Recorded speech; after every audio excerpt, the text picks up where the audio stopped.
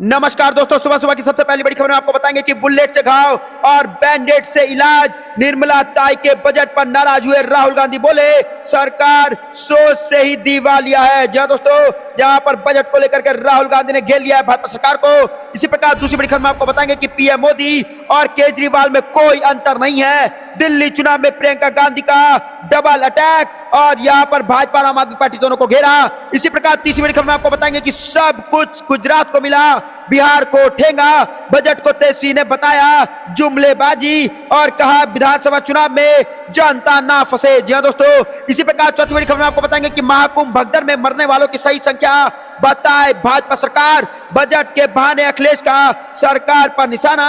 और इसी प्रकार पांचवी बड़ी खबर में आपको बताएंगे कि 70% वोटरों के घर पहुंचा मतदाता पर्ची। पहली बार मतदाता केंद्र की संख्या भी दिल्ली में बढ़ाई गई, जिसके कारण मतदान जो है बढ़ चढ़ के किए जा सके। तो दोस्तों, दिल्ली का विधानसभा चुनाव अब की बार देखने लायक होगा। त्रिकोणीय मुकाबला है कांग्रेस, आम आदमी पार्टी और भाजपा में। और अब की बार जो है जनता भी उत्सुक है वोट देने के लिए और दिल्ली में वोट प्रतिशत जो है अब की बार बढ़ सकता है। तो दोस्तों, आपको क्या लगता है कि आम आदमी पार्टी, कांग्रेस या भाजपा दिल्ली में किसकी सरकार बनने जा रही है? कमेंट जरूर बताएगा। और आपको भी लगता है कि अब की बार कांग्रेस की सरकार या आम आदमी पार्टी की सरकार बन सकती है? तो इस वीडियो को लाइक, चैनल को सब्सक्राइब करके रखिए और कमेंट में जय हिंद जो लिखिएगा। रुक करते हैं पहली खबर की तरफ। बुलेट से घाव और बैंडेड से इलाज। निर्मला ताई के बजट पर नाराज राहुल गांधी, बोले सरकार सोच से दिवालिया है। जी दोस्तों, इस वक्त की सबसे बड़ी खबर आ रही है। हम आपको पता चले कि केंद्र यहाँ पर वित्त मंत्री निर्मला सीतारमण ने कल जो है वित्तीय बजट पेश किया था, जिसमें किसानों से लेकर के मध्य वर्ग और गरीबों के लिए कई बड़े ऐलान किए गए हैं। इस मुद्दे पर विपक्ष दलों ने बजटों को खोखला तक बता दिया है। जी दोस्तों, लेकिन लोकसभा के नेता विपक्ष राहुल गांधी ने बजट को लेकर के कटाक्ष किया है और यहां तक कह दिया है कि वित्तीय सुधारों के लिए केंद्र सरकार विचारों के लिहाज से दिवालिया हो चुकी है। जी दोस्तों, यहां पर भाजपा के विचारों पर बड़ा प्रश्न उठा दिया राहुल गांधी ने और साफ साफ कह दिया है कि दिवालिया हो चुकी है भाजपा सरकार से विचारों से। तो आखिरकार ये आम जनता के लिए क्या बजट लाएगी? जी दोस्तों, जब जो है कल बजट भाषण के बाद पत्रकारों ने सांसद में बाहर आए राहुल गांधी ने उनकी प्रतिक्रिया जाननी चाहिए तो वह कुछ भी नहीं बोले, लेकिन अब उन्होंने एक्स पर अपनी प्रतिक्रिया दे दी है। उन्होंने कहा है कि सरकार ने बुलेट यानी गोली से हुई घावों के लिए बैंडेड जैसा इलाज किया है। तो दोस्तों, यहां पर बहुत बड़ा प्रश्न उठा दिया है भाजपा सरकार पर राहुल गांधी ने। आपको क्या लगता है? कमेंट जरूर बताएगा। इस वीडियो को लाइक जरूर करेगा। रुक करते अगली खबर की तरफ। पीएम मोदी और केजरीवाल में कोई अंतर नहीं। दिल्ली चुनाव में प्रियंका गांधी का डबल अटैक। जी दोस्तों, यहाँ पर बड़ी खबर सामने आ रही है। कांग्रेस महासचिव प्रियंका गांधी वाड्रा ने शुक्रवार को दिल्ली चुनाव में प्रधानमंत्री नरेंद्र मोदी और आप सुप्रीमो अरविंद केजरीवाल पर हमला बोलते हुए पीएम मोदी और केजरीवाल में कोई अंतर नहीं बताया है। जी दोस्तों, दिल्ली यहाँ पर जो है विधानसभा चुनाव से यहाँ पर एक जनसभा को संबोधित करते हुए प्रियंका गांधी ने कहा कि पीएम मोदी देश के लिए ऐसे पहले प्रधानमंत्री जवाहरलाल नेहरू को दोषी ठहराते रहे, जबकि अरविंद केजरीवाल पीएम मोदी को दोषी ठहराते रहे। दोनों में से किसी ने भी कोई भी जिम्मेदारी अभी तक नहीं ली है। जी दोस्तों, प्रियंका गांधी ने कहा कि मैं यहां इसलिए आई हूं कि चुनाव को हल्के में मत लीजिए। चुनाव जो होता है बहुत महत्वपूर्ण होता है। यह चुनाव नेताओं के लिए महत्वपूर्ण नहीं होता है, आम लोगों के लिए उससे ज्यादा महत्वपूर्ण होता है। उन्होंने कहा कि देश की खासियत यह है कि यह लोकतंत्र है। जो संविधान बना वह सबके लिए समान है। आपके पास, मेरे पास, नेताओं के पास यह वोट की शक्ति है। इससे आप अपने संविधान को मजबूत करें या कमजोर करें, इसलिए आपको सोचना पड़ेगा कि आपके वोट का महत्व बहुत ज्यादा है और आप किसका बटन दबाएंगे यह आप निर्णय लेंगे। तो दोस्तों, यहां पर बड़ी खबर सामने आ रही है। कांग्रेस पार्टी ने साफ साफ आम जनता से अपील कर दी है कि केजरीवाल हो या प्रधानमंत्री मोदी हो, दोनों एक समान है। दोनों ही जिम्मेदारी नहीं लेते हैं, एक दूसरे पर जिम्मेदारी थोप देते हैं। आपको क्या लगता है दोस्तों? कमेंट जो बताएगा। इस वीडियो को लाइक करेगा। रुक करते खबर की तरफ। सब कुछ गुजरात को मिला, बिहार को मिला ठेंगा। बजट को तेजस्वी ने बताया जुमलेबाजी। जी दोस्तों, यहां पर बड़ी खबर सामने आ रही है कि मोदी सरकार के बजट 2025 में बिहार के लिए कई अहम योजनाओं की घोषणा की गई है, जिसमें नई ग्रीनफील्ड एयरपोर्ट, मखाना बोट समिति और कोसी मिथिला को भी बड़ी सौगात दी गई है। हालांकि नेता प्रतिपक्ष तेजस्वी यादव ने इस बजट को जुमलेबाजी करार दे दिया है। उन्होंने कहा है कि सब कुछ गुजरात को मिला है, बिहार को सिर्फ ठेंगा दिया गया है। केंद्र सरकार ने राज्य के साथ सौतेला व्यवहार किया है, गांव ग्रामीण के लिए एक छलावा है। जी दोस्तों, यहाँ पर बड़ी खबर सामने आई है। तेजस्वी यादव ने कहा है कि बिहार की विशेष राज्य का दर्जा क्यों नहीं मिला, कोई विशेष पैकेज नहीं मिला। बिहार एक गरीब राज्य है, इन बजट में आम लोगों को कोई राहत नहीं दी गई है। उन्होंने कहा कि बजट में बिहार को कुछ नहीं दिया गया है और नया नहीं मिला है, केवल जुमलेबाजी मिली है। बिहार का चुनाव आएगा, फिर मीठी मीठी बातें होगी, काम की बात नहीं होगी। जो घोषणा की गई है पुराने बातों की है, जो घोषणा की गई उनका बजट का क्या हुआ, कोई बजट तय नहीं है। क्या होगा जब होगा कोई पता नहीं है। तो दोस्तों यहाँ पर तेजस्वी यादव ने उठा दिया बड़ा प्रश्न मोदी सरकार पर और यहाँ पर नीतीश कुमार पर। आपको क्या लगता है कमेंट जरूर बताइए, वीडियो को लाइक जरूर करेगा। करते अगली खबर की तरफ। महाकुंभ भगदड़ में मरने वालों की सही संख्या बताए सरकार, बजट के बहाने अखिलेश का सरकार पर निशाना। जी हां दोस्तों, इस वक्त की सबसे बड़ी खबर सामने आ रही है। केंद्र सरकार के अहम बजट के बहाने सपा प्रमुख अखिलेश यादव ने यूपी सरकार पर निशाना साधा है। पत्रकारों से बातचीत के दौरान अखिलेश यादव ने जोर देते हुए कहा कि महाकुंभ भगदड़ में जान गंवाने वालों की संख्या बजट या आंकड़ों से ज्यादा महत्वपूर्ण है। अखिलेश यादव ने महाकुंभ को लेकर के सरकार के रवैये की आलोचना की। उन्होंने कहा कि हाल ही में हुए भगदड़ में मरने वालों की जो संख्या बताई गई है वह सही नहीं है। महाकुंभ 12 साल बाद आता है। हमारे लिए महाकुंभ में भगदड़ में मरने वालों की आंकड़ा बजट आंकड़ों से ज्यादा महत्वपूर्ण है। सरकार यह नहीं बता पा रही है कि पे कितने लोग मारे गए, लापता कितने लोग हुए और घायल कितने लोग हुए। सरकार द्वारा बताई गई मौतों की संख्या झूठी है। आपको क्या व्यवस्था की गई ये हमें नहीं पता। यह सरकार कहती है कि हम हिंदुओं की पार्टी है, लेकिन वह हिंदू के इस सबसे बड़े त्योहार के लिए व्यवस्था भी नहीं कर पाए। तो दोस्तों आपको क्या लगता है कि सरकार को यहाँ पर संख्या जल्दी से जल्दी बतानी चाहिए कि आखिरकार वहां पे कितने संख्या में लोग घायल हुए, कितने सरकार यहाँ पर संख्या में लोगों को क्या हुआ, ये सब जल्दी जल्दी रिपोर्ट यहाँ पर सरकार को जनता के में देना चाहिए। आपको क्या लगता है कमेंट जरूर बताइएगा। रुक करते हैं अगली खबर की तरफ। 70% वोटरों के घर पहुंचा मतदाता पर्ची, पहली बार मतदान केंद्र की संख्या में इजाफा। जी हां दोस्तों, यहाँ पर बड़ी खबर सामने आ रही है। विधानसभा चुनाव को या लोकसभा का हर चुनाव में मतदाताओं की संख्या बढ़ने पर स्थित यहाँ पर स्थायी मतदान केंद्र के अलावा कुछ अतिरिक्त मतदान केंद्र बनाए जाते हैं। इस बार मतदाताओं की संख्या बढ़ने के बाद भी मतदान केंद्र कम कर दिए गए थे। जी हां दोस्तों, लेकिन मतदान केंद्र पर मतदाताओं की संख्या का संतुलन साधने के लिए मुख्य निर्वाचन यहाँ पर अधिकारी यानी कि कार्यालय में आखिरी 733 अतिरिक्त मतदाता केंद्र बढ़ाए गए हैं। पहली बार इतनी बड़ी संख्या में अतिरिक्त मतदाता केंद्र बढ़ाए गए हैं। इसके साथ ही सीओ कार्यालय ने मतदान की तारीख को अंतिम रूप दे दिया है। तो दोस्तों यहां पर बड़ी खबर सामने आ रही है। 70% वोटरों के घर पहुंची मतदाता पर्ची, पहली बार मतदान केंद्र की संख्या भी बढ़ा दी गई है और यह माना जा रहा है कि आपकी बार जो दिल्ली में वोटिंग होगी 5 फरवरी को, वो देखने वाला होगा और मतदान की यहाँ पर संख्या जो है वो बढ़ेगी। आपको क्या लगता है दोस्तों कमेंट में बताइएगा। इस वीडियो को लाइक करिएगा। करते अगली खबर की तरफ। राष्ट्रपति के भाषण से ज्यादा महत्वपूर्ण महाकुंभ से लापता लोग, अखिलेश यादव का बड़ा बयान। जी दोस्तों, राष्ट्रपति द्रौपदी मुर्मू पर कांग्रेस सांसद सोनिया गांधी की विवादित टिप्पणी पर समाजवादी पार्टी के प्रमुख अखिलेश यादव ने कहा कि राष्ट्रपति द्रौपदी मुर्मू के भाषण में अगर वह जानकारी भी आ जाती कि महाकुंभ में कितने यहाँ पर खर्चा हुआ है और भारत सरकार कितना मदद करेगी तो यह अच्छा होता। जी दोस्तों, यहाँ पर अखिलेश यादव ने भी घेर लिया है भाजपा सरकार को। भाजपा सरकार और यहाँ पर जो है दोस्तों आपको पता चले कि भारत की सरकार और उत्तर प्रदेश की सरकार कह रही है कि कुंभ का कारोबार 2 लाख करोड़ रुपए का होगा। क्या कारोबार करने के लिए यह कुंभ लगा है। अखिलेश यादव ने राष्ट्रपति के भाषण में ज्यादा महत्वपूर्ण महाकुंभ से लापता हुए लोगों को बताते हुए कहा, जो श्रद्धालु कुंभ से लापता हैं उनके परिजन चिंतित हैं। आपने यहाँ पर परिवार के सदस्यों के बारे में उन्हें कोई जानकारी नहीं मिल रही है। ऐसे लापता लोगों की सूची जारी करना सरकार की जिम्मेदारी है।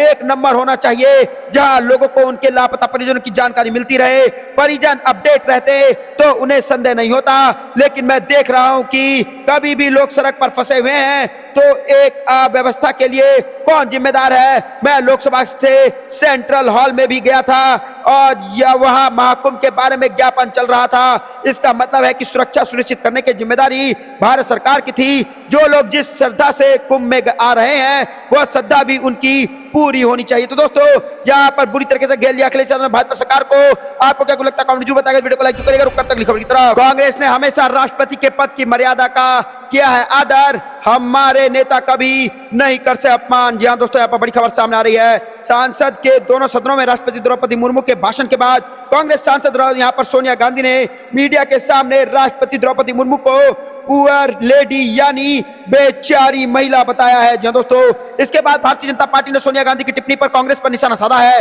इस बीच कांग्रेस अध्यक्ष मल्लिकार्जुन खड़गे ने कहा है कि राष्ट्रपति का अपमान तो मोदी सरकार ने उसी दिन कर दिया था जब नई संसद के उद्घाटन समारोह में उन्होंने उन्हें नहीं बुलाया था। जी हाँ दोस्तों, कांग्रेस के राष्ट्रीय अध्यक्ष ने सोशल मीडिया प्लेटफॉर्म एक्स पर कहा कि राष्ट्रपति द्रौपदी मुर्मू का मानना अपमान तो मोदी सरकार ने उसी दिन कर दिया था जब नए संसद के उद्घाटन समारोह में उन्हें नहीं बुलाया गया था। भारतीय राष्ट्र कांग्रेस व हमारे नेता कभी भी राष्ट्रपति या किसी भी नागरिक का अपमान नहीं कर सकते हैं। यह हमारी संस्कृति नहीं है। लोकतंत्र के मंदिर और राम मंदिर दोनों से हमारी मौजूदा राष्ट्रपति और पिछले राष्ट्रपति को भाजपा ने ही जानबूझकर दूर रखा था। तो दोस्तों, यहाँ पर प्रश्न उठा दिया मल्लिकार्जुन खड़गे ने मोदी सरकार पर। आपको क्या लगता है कमेंट जरूर बताएगा। रुक करते अगली खबर की तरफ। सोनिया के बचाव में उतरी प्रियंका गांधी, बोली राष्ट्रपति का करती है सम्मान, तोड़ मरोड़ कर पेश किया गया बयान। जी दोस्तों, यहाँ पर बड़ी खबर सामने आ रही है। राष्ट्रपति द्रौपदी मुर्मू के यहाँ पर अभिभाषण के बाद सोनिया गांधी के बयान को लेकर के कई बहस छिड़ गई है। एक तरफ भारतीय जनता पार्टी सोनिया गांधी से माफी की मांग कर रही है, तो वहीं कांग्रेस महासचिव प्रियंका गांधी अब सोनिया गांधी के बचाव में उतर गई है।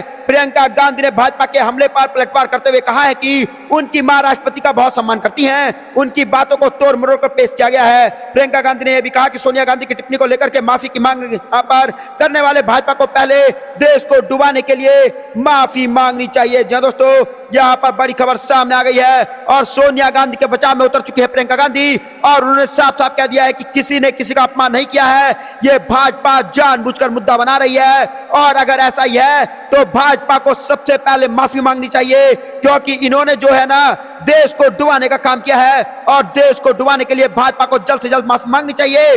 और जो यहां पर तोड़ मरोड़ को पेश किया जा रहा है भाषण, यह बिल्कुल गलत है। आपको क्या लगता है दोस्तों कमेंट जो बताएगा, वीडियो को लाइक करिएगा। रुक करते अगली खबर की तरफ। निकाय चुनाव का शोर थमने के बाद अब सहकारिता चुनाव का बजा बिगुल जोर तोड़ हो चुका है उत्तराखंड में शुरू। जी दोस्तों, इस वक्त की बड़ी खबर जो है वो उत्तराखंड से आ रही है और उत्तराखंड से बड़ी खबर सामने आई है और यहाँ पर एक चुनाव खत्म हुआ नहीं कि दूसरा चुनाव शुरू हो चुका है। लेकिन दोस्तों, यहाँ पर देखने वाली बात यह है कि चुनाव जैसे शुरू होता है कि जोर तोड़ यहाँ पर शुरू हो जाता है। जी दोस्तों, आपको पता चले कि निकाय चुनाव का शोर थमने के बाद अब सहकारिता चुनाव का बिगुल बच चुका है। सहकारिता समिति में प्रबंधन समितियों के चुनाव की तैयारी में रफ्तार पकड़नी शुरू कर दी है। 25 फरवरी को समिति के चुनाव संपन्न हो जाएंगे। जी दोस्तों, उधर सहकारिता राजनीति यहाँ पर राजनीति के माहिर खिलाड़ियों ने जोड़ तोड़ बैठक शुरू कर दी है। प्रदेश में किसान सहकारी समिति में प्रबंधन कार्यकारिणी के चुनाव को लेकर के कार्यक्रम जारी हो गए हैं। आगामी 11 फरवरी को अंतिम मतदान शुरू का प्रदर्शन समिति कार्यालय यहाँ पर कार्यालयों पर किया जाएगा। तो दोस्तों, यहाँ पर इस वक्त की बड़ी खबर जो उत्तराखंड से आ रही है और निकाय चुनाव का शोर थमा नहीं कि यहाँ पर सहकारिता चुनाव का यहाँ पर बच चुका है बिगुल। और यहाँ पर दोस्तों देखने वाली बात यह है कि एक चुनाव खत्म हुआ नहीं, दूसरा चुनाव शुरू हुआ नहीं कि पार्टियों ने जोड़ तोड़ यहाँ पर शुरू कर दिया है। कोई किसी को खरीदने की कोशिश कर रहा है, कोई किसी को खरीदने की कोशिश कर रहा है। तो दोस्तों, ये बड़ी खबर सामने आ रही है। आपको क्या लगता है कमेंट जो बताएगा, वीडियो को लाइक करेगा। रुक करते अगली खबर की तरफ। सरकार महाकुंभ में फंसे लोगों को भोजन, कपड़े और दवा उपलब्ध कराए, अखिलेश यादव की बड़ी मांग। जी हाँ दोस्तों, इस वक्त की सबसे बड़ी खबर सामने आ रही है कि समाजवादी पार्टी के राष्ट्रीय अध्यक्ष और अखिलेश यादव ने योगी सरकार से महाकुंभ में फंसे श्रद्धालु को राहत देने की यहाँ पर बात कही है और राहत देने के लिए भोजन, वस्त्र और चिकित्सा तथा वाहनों में इधर उपलब्ध यहाँ पर कराने की बात कही है। यूपी सरकार को महाकुंभ में फंसे लोगों के राहत के लिए व्यवस्था संबंधित सुझाव देते हुए सपा प्रमुख ने यहाँ पर अपने आधिकारिक एक्स खाते पर एक पोस्ट लिखा और कहा कि भोजन पानी के लिए जगह जगह दिन रात ढाबे खोलने और भंडारा के आयोजन की अपील की गई है। तो दोस्तों, यहाँ पर बड़ी खबर सामने आई है और अखिलेश यादव ने यहाँ पर अपील कर दी और कहा है महाकुंभ में फंसे लोगों के लिए भोजन, कपड़े और दवाएं जल्द से जल्द उपलब्ध कराए सरकार। ये सरकार का काम है और यहाँ पर आम जनता को कम से कम क्षति पहुंचे, इसका देखभाल सरकार को करना चाहिए। आपको क्या लगता है दोस्तों कमेंट में बताइए, वीडियो को लाइक करेगा। रुक करते अगली खबर की तरफ। तेजस्वी यादव ने पापा लालू के एमवाई का मतलब बदल डाला, अब नए तीर से करेंगे एनडीए परवार। जी दोस्तों, यहाँ पर बड़ी खबर सामने आ रही है और यहाँ पर आरजेडी नेता तेजस्वी यादव ने पूरे फॉर्म में है। जब से पार्टी के राष्ट्रीय अध्यक्ष लालू प्रसाद यादव के अधिकार उन्हें दिए गए हैं, तब से उनके बोल भी बदले लग रहे हैं। पार्टी में नीतिगत फैसले लेने के अधिकार मिलते ही उन्होंने कहा है कि काम ना करने वाले पार्टी के में पद पाने की उम्मीद ना करे। विधायकों को उन्होंने पहले ही चेतावनी दे दी थी और कहा है कि जिन्होंने काम नहीं किया है या जो नहीं कर रहे हैं उनके टिकट भी काटे जा सकते हैं।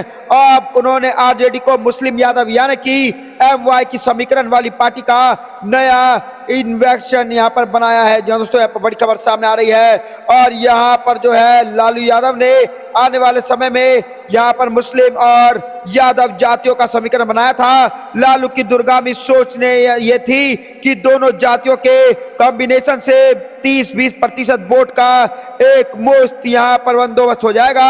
शुरू के दिनों में इस समीकरण का असर भी दिखा। बिहार में अगर 15 साल तक लालू राबड़ी ने राज किया तो उनके पीछे एमवाई समीकरण की ताकत थी, पर समय के साथ यह समीकरण अपनी यहाँ पर आभा खोता दिखाई दे रहा है। बिहार में 2005 में बदलाव की थी जो बिहार चली, वह 2010 में इतनी बेगवान थी कि आरजेडी 22 सीटों पर सिमट गई। लेकिन दोस्तों, यहाँ पर बड़ा खेल होने वाला तेजस्वी यादव ने अब ठान लिया है और यहाँ पर समीकरण को बदलने जा रहे हैं और एनडीए को नए तीर से देंगे बड़ा झटका बिहार के चुनाव में। आपको क्या लगता है? कमेंट जो बताएगा, वीडियो को लाइक जो करेगा। रुक करता अगली खबर की तरफ। साफ कराने का दावा तो पैसा बनाने का तरीका है, राहुल गांधी ने नाव पर की यमुना की सैर। जी दोस्तों, यहाँ पर बड़ी खबर सामने आ रही है। कांग्रेस के वरिष्ठ नेता राहुल गांधी ने यमुना की सफाई को लेकर के आप सुप्रीमो अरविंद केजरीवाल पर जोरदार हमला बोला है। कहा है कि यमुना की सफाई का दावा महज जुल्मा है, यहाँ पर जुमला है, यह सिर्फ पैसे बनाने के लिए किया जाता है। राहुल गांधी ने यमुना तट पर पहुंचकर मछुआरे से बातचीत की और नाव में सवार होकर नदी की सैर भी की। जी दोस्तों, कांग्रेस नेता राहुल गांधी ने कहा कि पिछले चुनाव में अरविंद केजरीवाल ने कहा था कि वह यमुना में डुबकी लगाएंगे, लेकिन 5 साल हो गए हैं और 2025 आ गया है, उन्होंने आकर डुबकी लेना चाहिए। राहुल गांधी ने साउथ यहाँ पर एशियन नेटवर्क ऑन डैम और रिवर फंड पीपुल के सोसाइटीज के लिए ये बात कही। जब राहुल गांधी ने राउत में से यमुना के बारे में बात की तो राउत का कहना था कि यमुना गंगा की सबसे बड़ी सहायक नदी है, जब तक यमुना की स्थिति ठीक नहीं होगी गंगा की भी स्थिति ठीक नहीं हो सकती है। तो दोस्तों, यहाँ पर बड़ी खबर सामने आ रही है और साफ करने का दावा तो पैसे बनाने का एक तरीका है। राहुल गांधी ने भ्रष्टाचार का लगा डाला एक बड़ा आरोप। आपको क्या लगता है दोस्तों? कमेंट जो बताएगा, वीडियो को लाइक करिएगा। रुक करता अगली खबर की तरफ। हिंदू धर्म में पानी रोकने से बड़ा कोई पाप नहीं, केजरीवाल ने इलेक्शन कमीशन को सौंपा 6 पेज का जवाब। जी दोस्तों, यहाँ पर बड़ी खबर सामने आ रही है। दिल्ली विधानसभा चुनाव के वोटिंग से पहले यहाँ पर राष्ट्रीय राजधानी में यमुना नदी के पानी में जहर का मुद्दा गरमाया हुआ है। आम आदमी पार्टी के मुखिया अरविंद केजरीवाल ने चुनाव आयोग को अपना जवाब दे दिया है। उन्होंने जवाब में कहा है कि मेरी एकमात्र चिंता दिल्ली के लोगों का स्वास्थ्य और सुरक्षा है और हमें लोकतांत्रिक सिद्धांतों की रक्षा के लिए लड़ूंगा। इतना ही नहीं, उन्होंने यह भी कहा कि हिंदू धर्म में पानी रोकने से बड़ा कोई पाप नहीं होता है। जी दोस्तों, चुनाव आयोग के दफ्तर जाने से पहले केजरीवाल ने मीडिया से बातचीत करने में कहा कि दिल्ली के सीएम आतिशी ने हरियाणा के मुख्यमंत्री नायब सैनी को फोन किया। उन्होंने अमोनिया के स्तर को कम करने या अमोनिया के स्तर को कम करने के लिए अतिरिक्त पानी छोड़ने के लिए कहा। उन्होंने मांगों पर सहमति तो जताई लेकिन कार्रवाई नहीं की। ऐसे 3 बार हुआ है और उनके बाद में उन्होंने आतिशी का फोन उठाना ही बंद कर दिया है। तो दोस्तों, यहाँ पर बड़ी खबर सामने आ रही है। केजरीवाल ने घेर लिया भाजपा सरकार को और साफ साफ कह दिया कि हिंदू धर्म में पानी रोकने से बड़ा कोई पाप नहीं होता है। तो दोस्तों, आपको क्या लगता है? कमेंट जो बताएगा, वीडियो को लाइक करिएगा। रुक करता अगली खबर की तरफ। वोट के लिए बांट रहे हैं पैसे, संदीप दीक्षित ने केजरीवाल से पूछा बड़ा सवाल। आम आदमी पार्टी और भाजपा पर किया वार। जी दोस्तों, यहाँ पर बड़ी खबर सामने आ रही है और यहाँ पर नई दिल्ली सीट से कांग्रेस प्रत्याशी संदीप दीक्षित ने आम आदमी पार्टी के संयोजक अरविंद केजरीवाल पर हमला बोला है। साथ ही उन्होंने भारतीय जनता पार्टी पर भी निशाना साधा है। कांग्रेस प्रत्याशी संदीप दीक्षित ने कहा कि अरविंद केजरीवाल ने कहा है कि मैंने इतना काम किया है, मैंने तो सिर्फ इतना कहा है कि जो भी बोलिए रिकॉर्ड के साथ बोलिए। आज दोपहर 3 बजे साफ हो जाएगा कि या तो कांग्रेस सच बोल रही है या फिर आम आदमी पार्टी। जहां दोस्तों, यहाँ पर बड़ी खबर सामने आई है और उन्होंने कहा कि भाजपा और आम आदमी पार्टी दोनों ही वोट पाने के लिए पैसे बांट रहे हैं और उन्होंने पूछा चाहता हूं कि राजनीति में यहाँ बाजार यहाँ पर कैसे बन गया है। तो दोस्तों, यहाँ पर बड़ी खबर सामने आई है और राजनीति एक बाजार बन गई है दिल्ली में। जो देखो जिसको देखो ऑफर देने में लगा हुआ है। है, जो देखो जिसको देखो पैसे देने में लगा हुआ है और आम जनता के वोट खरीदने की कोशिश कर रहा है। तो दोस्तों आपको क्या लगता है कमेंट जरूर बताएगा। रुक करते अगली खबर की तरफ। 11 साल पुराने मामले में राकेश टिकैत का सिलेंडर, एमपी एमएलए कोर्ट ने दी जमानत। क्या है आरोप? जी दोस्तों यहाँ पर बड़ी खबर सामने आ रही है। गाजियाबाद में साल 2014 में राष्ट्रीय लोक दल के तत्कालीन राष्ट्रीय अध्यक्ष चौधरी अजीत सिंह की दिल्ली में कोठी खाली कराने के मामले में यहाँ पर मुरादनगर सोनिया विहार रेगुलेट पर एक विरोध प्रदर्शन में आरोप किसान नेता राकेश टिकैत और विधायक योगेश धामा और पूर्व विधायक समेत 8 लोगों को अदालत ने शुक्रवार को जमानत दे दी है। जमानत अर्जी से पहले उन्होंने अदालत में समर्पण किया था। जी दोस्तों, बचाव पक्ष के अधिवक्ता चौधरी अजय वीर सिंह एडवोकेट ने बताया कि 18 सितंबर 2024 को रालोद के राष्ट्रीय अध्यक्ष चौधरी अजीत सिंह की दिल्ली में कोठी खाली कराने का विरोध में मुरादनगर सोनिया विहार रेगुलेट पर रालोद और किसान यूनियन के कार्यकर्ताओं और जाट समाज के लोगों ने प्रदर्शन किया था और इसी को लेकर के दोस्तों यहाँ पर राकेश टिकैत पर केस हुआ था और ये मामला 11 साल पुराना है और इसके ऊपर ही राकेश टिकैत ने अपने आपको सरेंडर किया है, लेकिन यहाँ पर एमपी एमएलए कोर्ट ने दे दी है जमानत। तो दोस्तों आपको क्या लगता है?